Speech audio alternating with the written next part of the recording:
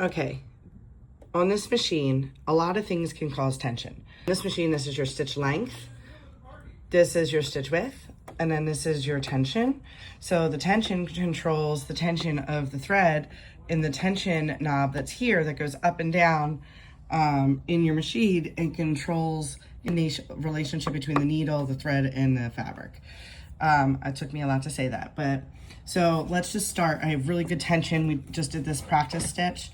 So I'm going to go forward. Again, the machine does the work, so you can see how nice it is. So now let's make our tension really loose. Like, let's go to 7 from 3.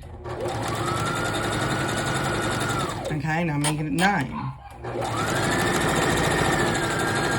And you can see it's like gathering it. Let's pull it out so you can see what it looks like. So to pull it out, you want to pull your needle up, bring your sewing foot up. Starts off, as you can see, the tension starts off really good in that middle line, and then as I loosened it, you can see it got puckery and gathered. So that's also like a sewing trick to gather your fabric, but you know, you don't want that. You want this nice basic balanced stitch that starts here. You don't want it to get as loose as that. And then I bet you if I flip it, yep, it's the same.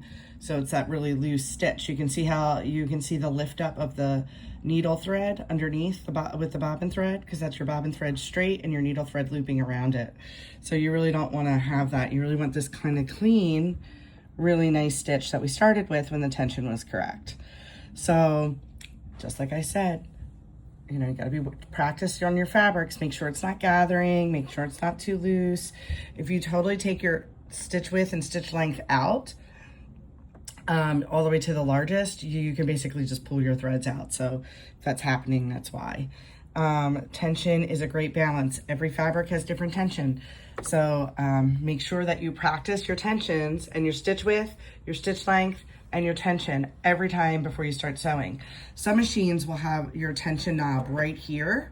So if that is the case, you know, you'll just have to turn it. Less is more tension and higher the number is less tension. So just remember that.